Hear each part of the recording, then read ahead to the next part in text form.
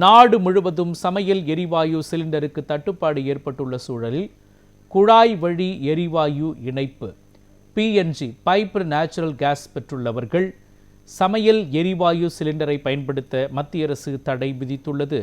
மேற்காசியாவில் போர் நடைபெற்று வரும் நிலையில் அத்தியாவசிய பொருட்கள் சட்டத்தின் கீழ் எல்பிஜி விநியோக நடைமுறைகள் உத்தரவில் மத்திய அரசு திருத்தங்களை செய்திருக்கின்றது.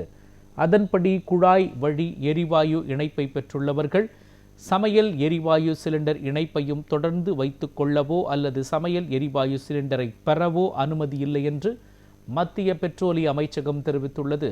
இந்த இரண்டு இணைப்பையும் வைத்திருப்பவர்கள் உடனடியாக சிலிண்டர் இணைப்பை திரும்ப ஒப்படைப்பது கட்டாயம் என்றும் தெரிவிக்கப்பட்டுள்ளது.